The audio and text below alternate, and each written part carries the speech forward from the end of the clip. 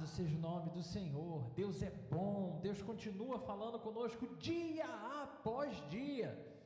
Seguimos, irmãos, mais um culto, mergulhando na nossa série de mensagens, o Cordeiro e a Cruz, tratando sobre os temas relacionados à Páscoa, todas as implicações da Páscoa e a nossa vida.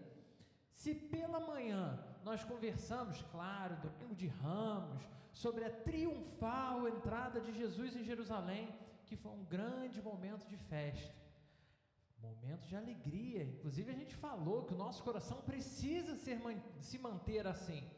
Agora falaremos de um momento completamente oposto, isso é, hoje à noite o Espírito nos convida a entrar com reverência num dos terrenos mais sagrados das Escrituras, o Getsemane. Aqui, diferente da festa da manhã, não há multidões, não há milagres, não há ensinamentos públicos de Jesus para que as pessoas pudessem aprender. Diante desse momento, tem apenas Jesus, e dentre os discípulos apenas aqueles que eram mais íntimos dele, e o silêncio pesado da noite, ali no jardim da prensa de azeite, que é isso que significa Getsemane. Jesus não cura, Jesus não confronta, Jesus não ensina, pelo menos nada feito diretamente dessa forma. Nesse momento, nesse lugar, Jesus toma para si o sofrimento de todos nós, e é nesse sofrimento que ele nos ensina mais do que 1000 palavras poderiam ensinar. Ele mostra que a vida cristã passa pela cruz antes de passar pela coroa, não tem desculpa. Ele mostra que a vontade do Pai é e sempre continuará sendo melhor do que a nossa vontade pessoal, melhor do que a fuga que o nosso coração deseja. Nesse momento, Jesus nos ensina que a obediência só é verdadeira quando ela nasce de dor, sofrimento e agonia. Convido você a abrir a sua Bíblia, Evangelho de Mateus, capítulo 26, versículos 36 até o 46. Mateus 26, do 36 ao 46. Eu vou fazer mais uma vez a leitura na versão NVI. Você pode acompanhar enquanto eu estiver lendo aqui em cima na NVI, mas não deixe de acompanhar na sua Bíblia. Diz assim a palavra de Deus: Então Jesus foi com seus discípulos para um lugar chamado Getsemane e disse-lhes: Sentem-se aqui enquanto vou ali orar. Levando consigo Pedro e os 2 filhos de Zebedeu, começou a entristecer-se e a angustiar-se. Disse-lhe então: A minha alma está profundamente triste, numa tristeza mortal. Fiquem aqui e vigiem comigo. Indo um pouco mais adiante, prostrou-se com o rosto em terra e orou: Meu Pai, se for possível, afasta de mim esse cálice. Contudo, não seja como eu quero, mas sim como tu queres. Então voltou aos seus discípulos e os encontrou dormindo. Vocês não puderam vigiar comigo nem por 1 hora? Perguntou ele a Pedro. Vigiem e orem para que não caiam em tentação. O espírito está pronto, mas a carne é fraca. E retirou-se outra vez para orar: Meu Pai, se não for possível afastar de mim esse cálice sem que eu o beba, faça-se a tua vontade. Quando voltou de novo, os encontrou dormindo, porque seus olhos estavam pesados. Então os deixou novamente e orou pela 3ª vez, dizendo as mesmas palavras. Depois voltou aos discípulos e lhes disse: Vocês ainda dormem e descansam? Chegou a hora, eis que o Filho do Homem está sendo entregue nas mãos de pecadores. Levantem-se, vamos, aí vem aquele que me trai. Esse momento acontece poucas horas antes da prisão realmente de Jesus e da crucificação do nosso Senhor. Ele já havia celebrado a Páscoa com os seus discípulos, ele já havia instituído a Santa Ceia para ser repetida por eles, ele já havia inclusive anunciado a traição de Judas, ele já tinha até mesmo sinalizado que Pedro, o tão poderoso, aquele que ama Jesus com toda a sua força, o negaria muito em breve. Agora, afastado com seus discípulos lá no jardim do Getsêmani, Jesus entra em sua agonia mais profunda. É o início da entrega, é o início do seu sacrifício final. Dali em diante, nosso Senhor será preso, julgado injustamente, será torturado e então crucificado. Mas tudo começa aqui, nesse momento, no jardim. Antes de ser erguido na cruz, Jesus se curva em oração, por mais doloroso que fosse. Antes do sacrifício público, ele vive a angústia silenciosa que ninguém imaginava o quão intenso seria. Nesse momento em que ele luta em oração, abandonado até mesmo pelos seus melhores amigos, nem em oração os amigos puderam ajudar. Ele não pediu, carrega um pouquinho do peso comigo, ele pediu só, orem comigo, orem por mim. E é aqui que vemos com mais clareza a beleza da obediência do nosso Senhor, a profundidade do amor que Jesus tem por nós, irmãos. Então, chega a hora da gente realmente se aprofundar nesse texto. Então, te convido a refletir sobre o primeiro ponto. Está preparado para anotar? Anota aí, vai lá, anota aí. Ponto 1, a angústia do Salvador no jardim da pressão. Esse é o nome do jardim do Getsêmani. Versículo 36, então foi Jesus com eles a um lugar chamado Getsêmani. A palavra Getsêmani significa exatamente isso, prensa de azeite. E isso não é apenas geografia, isso é profecia. Jesus está sendo espremido pelo peso do que está prestes a acontecer. Todo o processo do que vai culminar na cruz já começa nesse momento. E quanto mais se aproxima do momento da cruz, mais pesado fica o fardo do nosso Senhor. Ele diz, versículo 38, a minha alma está profundamente triste. Até que ponto que está a alma dele triste? Até a morte. Essa não é uma tristeza superficial, não é uma tristeza com algo banal, é uma angústia que quebra o coração do nosso Senhor, que tira o fôlego, que quase mata, embora ele ainda estivesse vivendo a vida dele, como se ele não conseguisse nem mesmo respirar. Jesus está literalmente agonizando. A palavra que é usada por Lucas, lá no Evangelho de Lucas, capítulo 22, versículo 44, indica que o nosso Senhor começa, inclusive, a suar sangue, de tão angustiante que é esse momento. E isso nós sabemos que é algo que é possível. Hoje a gente tem até nome para isso, uma condição real causada por estresse extremo. Isso era o que estava acontecendo com o nosso Senhor. Essa era a situação dele. A agonia da mais profunda que um ser humano pode sentir é real na pele de Jesus Cristo. E aí a gente precisa pensar, por que tanta dor? Para que passar por um negócio desse? Porque o Cordeiro de Deus sabia que em poucas horas ele carregaria o pecado de todos nós. Não o meu pior pecado, mas todos os pecados de todos nós. O santo, o puro, o inocente tomaria o lugar de todos os culpados, recebendo a pena perpétua de todos sobre a sua própria existência. O filho, como a gente conversou na EBD do domingo passado, o filho seria separado do pai. O castigo que nos traz a paz estava sobre ele, como foi registrado lá pelo profeta Isaías, capítulo 53, versículo 5. Aqui, irmãos, no Getsêmani, Jesus sente o gosto amargo da separação, antes mesmo de sentir as dores físicas da cruz.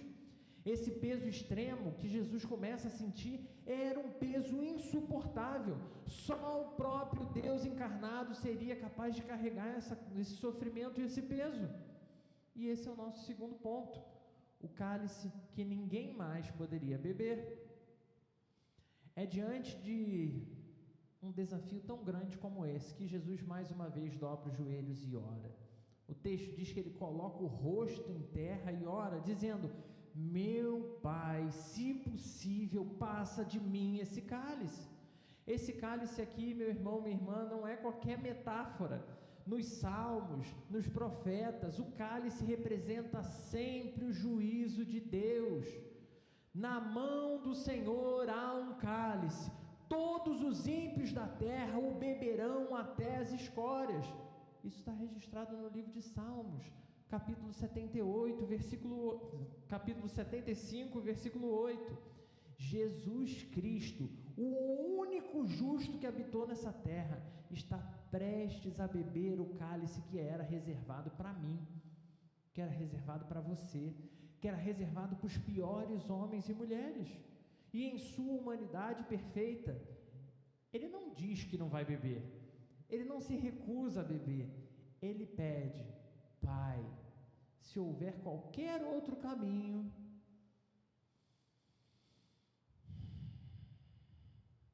por que Jesus faz isso?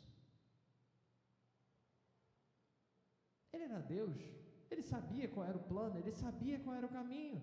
O que está acontecendo aqui, irmãos, é inclusive, mais uma vez, o nosso Senhor demonstrando o seu amor por nós, para mais uma vez nos ensinar. A oração de Jesus não termina com um escape providencial, é completamente diferente daquela situação vivida por Abraão lá no Antigo Testamento, quando ele vai sacrificar Isaque, e na hora de sacrificar Isaque, Deus manda um cordeiro para substituir. A oração de Jesus não tem esse livramento. A oração de Jesus tem rendição à vontade do Pai, ao passo de Jesus confiadamente responder: todavia, não seja o que eu quero, mas como tu queres. E esse é o clímax da obediência. Jesus está dizendo: mesmo que doa, mesmo que eu sofra, mesmo que custe a minha vida, eu confio no teu plano. Ele aprendeu obediência pelas coisas que ele veio sofrendo ao longo da sua vida, demonstrando que não eram as dores que impediriam ele de seguir o plano. O Filho Eterno se submete ao Pai com lágrimas, suando sangue, e nos ensina que a obediência verdadeira nasce no solo da rendição, no momento mais tenebroso. Não é quando é fácil seguir a Deus, não, no momento mais doloroso, mais sofrido.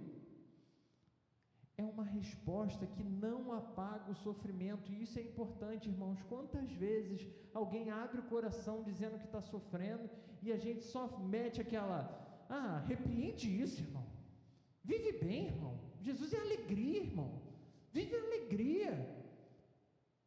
Estamos no momento em que a resposta de Deus deixa claro que Deus não apaga o sofrimento, mas ainda que haja sofrimento dentro do plano dele, ele traz consolo ao coração. Isso é promessa. Ele não isenta as nossas vidas de desafios que vão surgir pela frente, mas ele garante que vai fortalecer o nosso coração para suportar tudo e qualquer coisa que vier. E a coisa piora, e piora ainda mais quando nem aqueles mais próximos, aqueles com quem Jesus contava, conseguiram ajudar, conseguiram nem orar por um tempinho mínimo que fosse. E isso nos leva ao terceiro ponto: a solidão do cordeiro diante da fraqueza dos seus discípulos. E você precisa ter atenção, porque isso remete à nossa fraqueza também. Se você prestou atenção no que nós lemos, no texto que foi lido, Jesus chama 3 pessoas para irem orar com ele. Talvez você não saiba quem são os filhos de Zebedeu, mas nos outros evangelhos a gente vai ter a resposta fácil disso, e até Mateus mesmo já registrou quem são esses filhos. Quem são os 3 que foram orar com Jesus? Pedro, Tiago e João, os 3 que o tempo inteiro são considerados mais próximos dele, e eles vão, mas eles conseguem orar? Não, eles não dão conta do desafio, eles simplesmente dormem. 3 vezes Jesus volta, e 3 vezes ele encontra os seus discípulos vencidos pelo sono, vencidos pelo cansaço, e ele pergunta: nem por 1 hora vocês conseguiram vigiar comigo? Nem 1 hora foi possível? Esse é o momento, meu irmão, minha irmã, que Jesus está completamente sozinho. Ele não está só apenas porque os discípulos falharam com ele. Ele está só porque ninguém poderia ir com Jesus até a cruz, nem que a gente quisesse. Como está aí, de vez em quando surge a trend, né? Que o pessoal viaja para o passado para dizer para Jesus quem é o traidor. É desconhecimento da Bíblia, porque Jesus já disse para eles quem ia ser o traidor. Jesus agora vai certo para um sofrimento muito doloroso. O Getsemane é esse lugar, meu irmão, minha irmã, essa prensa de azeite, é o lugar de exclusividade, onde o nosso Senhor é abandonado, onde Ele é sozinho habilitado por Deus a enfrentar tudo que viria a partir de agora. Ninguém podia carregar aquele fardo com Jesus, ninguém era forte o suficiente para dar o suporte que Ele precisava. Ele ia sozinho, Ele ia por mim, Ele ia por cada um de nós, por obediência, mas acima de tudo Ele fez isso, e Ele fez por amor. E diante da dor, de toda essa solidão, de todo esse abandono, ao ver os seus amigos dormindo, Ele diz: o espírito está pronto. Olha só como o Senhor é sensacional. Imagina se os seus amigos falham com você, você consegue fazer algum elogio? Pensa aí, quando o seu amigo dá aquela vacilada braba, você consegue elogiar?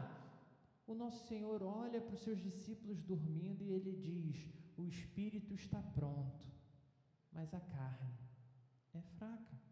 Jesus reconhece a intenção sincera dos discípulos, mas também a limitação da natureza humana. Eles não tinham como dar conta daquele desafio. Aqui Ele não apenas sofre por nós, Ele nos ensina sobre nós mesmos, sobre a nossa jornada com o Senhor. Quantas vezes você já se sentiu impotente diante da dor? Quantas vezes a situação era tão crítica que você não sabia nem o que fazer? Quantas vezes você já foi inundado por uma dor, por uma angústia, por um sofrimento com o qual você não tinha condições nem de suportar?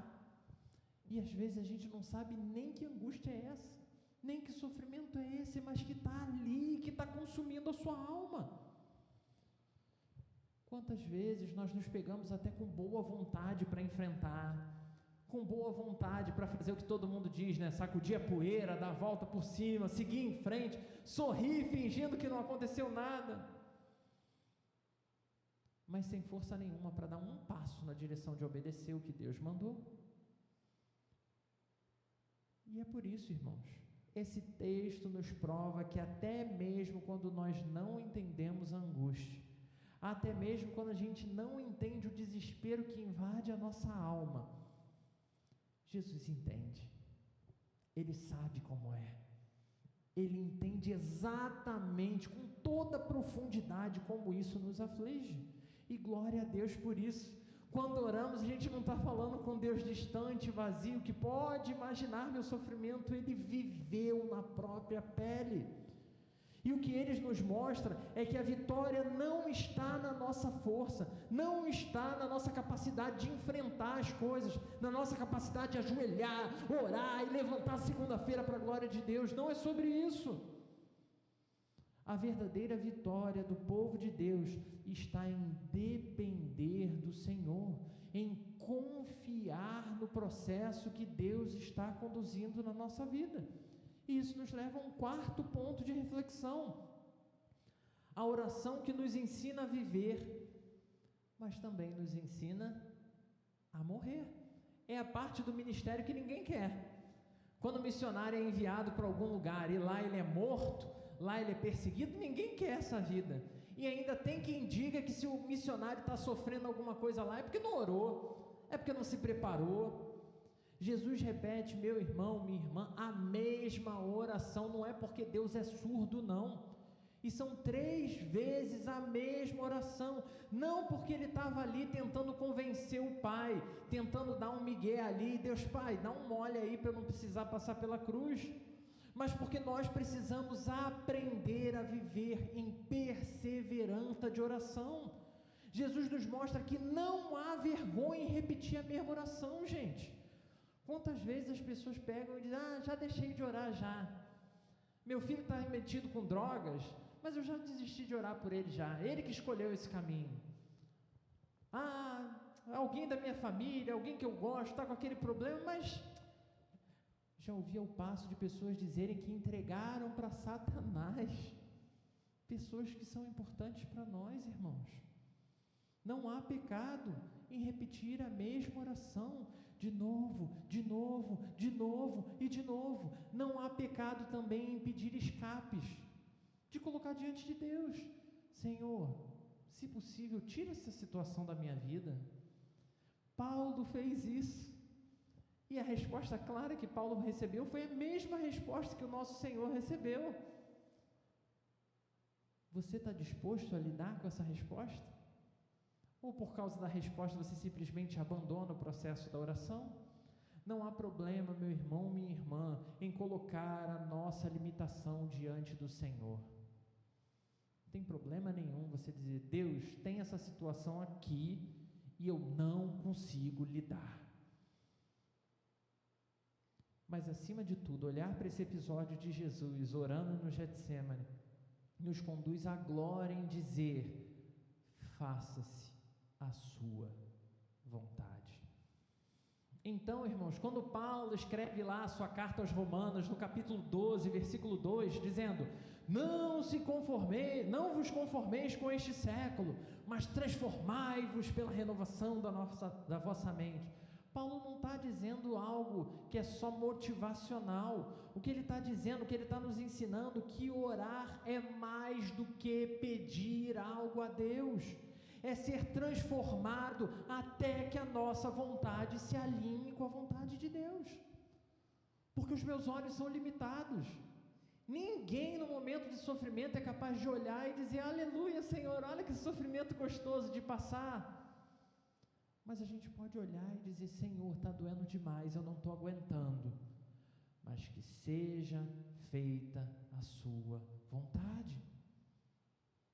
E isso, irmãos, mesmo que a vontade de Deus seja que nós sejamos encaminhados para a morte, mesmo que caminhemos para um doloroso sofrimento diante de nós, mesmo que caminhemos para ser moído pelo próprio Deus, como um grande homem de Deus chamado George Whitefield disse certa vez: se fosse possível, preferia ser lançado direto no inferno para que seus filhos pudessem ser salvos, porque ele queria que as pessoas que ele mais amava pudessem contemplar a glória do Senhor.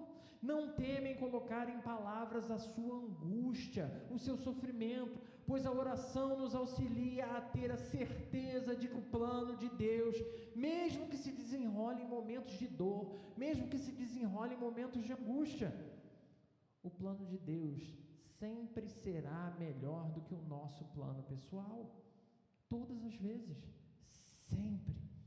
Pois, como falamos alguns domingos atrás, Deus segue nos moldando, nos alinhando, fazendo o nosso coração e o dele se aproximarem cada vez mais.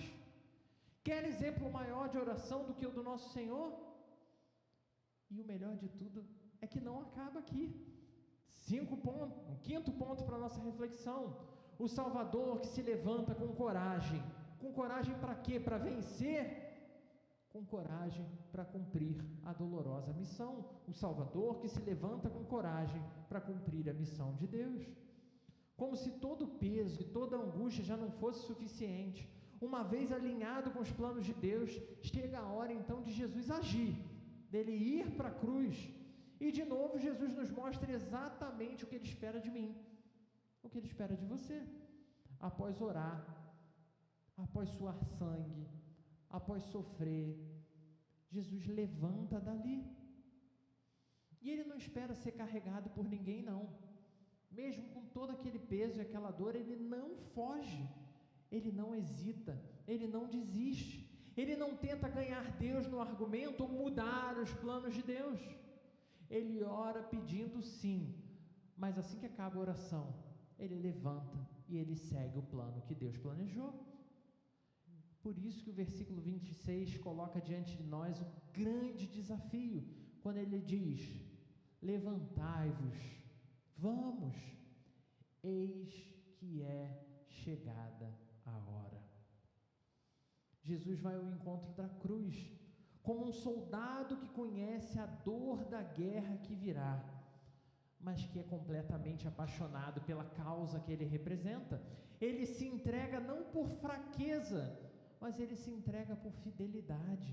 Nessas circunstâncias, seguir em frente não é um ato de desistência, mas um ato de obediência a Deus, mesmo que significasse um sacrifício extremo como aquele. Getsêmani, irmãos, é o altar onde o cordeiro se oferece antes mesmo de ser amarrado. Ele se entrega, ele se prepara para ser imolado. E aqui ele caminha para a cruz, já como quem venceu a própria cruz, porque a maior batalha já tinha sido vencida em oração, na submissão, na entrega. Refletir sobre esse texto é não só urgente, irmãos, mas é essencial, porque ele nos remete a implicações difíceis, mas com manifestação do poder de Deus na minha vida e na sua vida, nos lembrando que nesse mundo ainda teremos aflições. Você está preparado para viver isso? Você está preparado para levantar desse processo de oração e voltar para o seu desafio? Então quero que você aplique isso na sua vida com alguns pontos. Primeira questão que você precisa viver urgentemente é a consciência de que Deus não ignora a sua dor. E eu quero que você exercite repetir isso para você mesmo. Deus não ignora a minha dor. Deus não ignora a minha dor. Deus não ignora a minha dor. Porque Jesus é esse que não despreza as nossas angústias. Ele viveu cada uma delas na própria pele. Você não serve a um Deus indiferente. Nós não servimos a um Deus distante, mas servimos a um Salvador compassivo, alguém que se compadece, alguém que se aproxima e toma para si mesmo a nossa dor e nos preenche com o consolo que vem dele. Segunda coisa que a gente precisa passar a viver de uma forma mais eficaz é submissão à vontade de Deus traz alívio e não opressão. Irmãos, quantas vezes as pessoas estão fazendo alguma coisa para Deus, mas a feição da pessoa é de desgraça. A pessoa vem para a igreja, participa do culto e sai daqui com aquela coisa, de novo, né? Mais um domingo que eu desperdicei a minha vida aqui. Talvez você esteja lutando com o cálice da sua vida. E talvez nessa luta você esteja perdendo, você esteja se angustiando tanto que você deixa de ver o plano de Deus. Mas lembre-se, a vontade do Pai é sempre boa, perfeita e agradável, mesmo quando ela parece dolorosa. Terceira questão que precisamos viver, a oração, irmãos, é uma prática extraordinária. E é interessante porque quando a gente começa a provar a oração, a gente vê o como Deus cuida do nosso coração. Então a terceira coisa que a gente precisa viver urgentemente é a certeza de que a oração muda a nossa alma, mesmo que não mude as nossas circunstâncias. Quantas vezes você orou? Quantas vezes você pediu? E Deus tratou o seu coração, mas não deu o que você queria. Jesus saiu do Getsêmani para a cruz, mas ele sai dali fortalecido, ele sai dali firmado, ele sai dali cheio de paz de quem está no centro da vontade de Deus. Quarta coisa que você precisa fazer, viver e implorar para que o Senhor te convença todos os dias, é que a obediência na dor é o maior testemunho de fé. Não adianta você pegar testemunho dos outros e querer evangelizar alguém. Não é difícil obedecer, irmãos. E quantas vezes a gente brinca sobre isso aqui? Não é difícil obedecer quando tudo está bem, quando as contas estão pagas, quando a saúde está em dia, quando a família está feliz.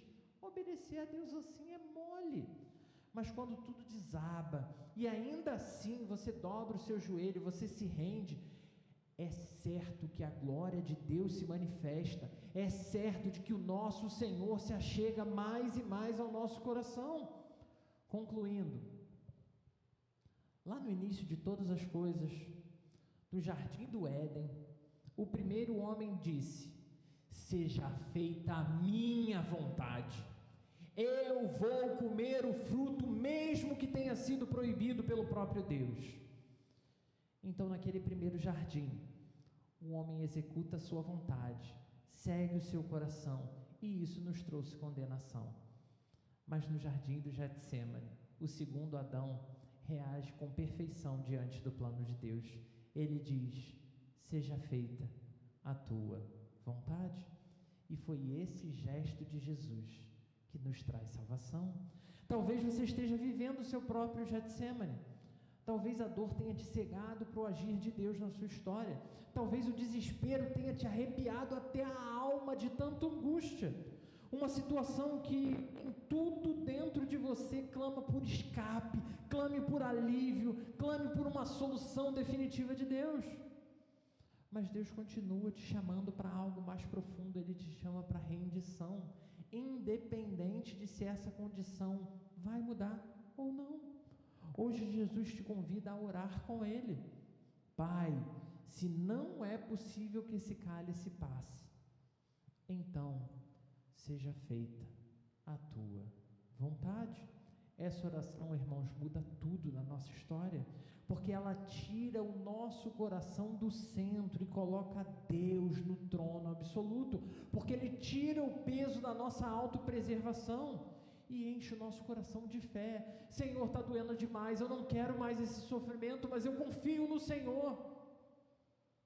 Então, irmão, então, minha irmã, obedeça, mesmo com lágrimas, mesmo com dúvidas, mesmo com dor. Você nunca estará sozinho, isso é promessa de Deus, porque o seu Salvador já passou por esse jardim, porque Ele foi moído nesse jardim, Ele pagou o seu preço e Ele venceu. E pelo sangue de Jesus, cada um de nós se torna eternamente vencedor. Por isso eu convido você a orar, olhar para a Páscoa, celebrar a Páscoa, é incrivelmente verdadeiro, é olhar para que o nosso Senhor sofreu e venceu, mas olhar para a Páscoa é entender que tem muitos detalhes nessa jornada que podem não ser prazerosos, mas ainda isso não muda o plano de Deus. Feche seus olhos, vamos falar com o Senhor. Grande Deus, obrigado por Getsêmani. Obrigado, Senhor, porque ali em silêncio, no meio de toda aquela escuridão, o nosso Senhor disse sim ao teu plano perfeito. Obrigado porque Ele disse sim à cruz, sim à dor, sim ao que o Senhor planejou para Ele, para expressar o maior amor do Senhor por nós. Agora, Senhor, nós rogamos que o Senhor nos dê a mesma coragem, que o Senhor nos dê o mesmo coração de Jesus Cristo. Dá-nos, Senhor, a mesma obediência pelo Teu Espírito, e que quando chegar a nossa hora de sofrer, a nossa hora da dor, que a nossa resposta, Senhor, seja igual à de Jesus, seja feita a Tua vontade, em nome de Jesus, amém.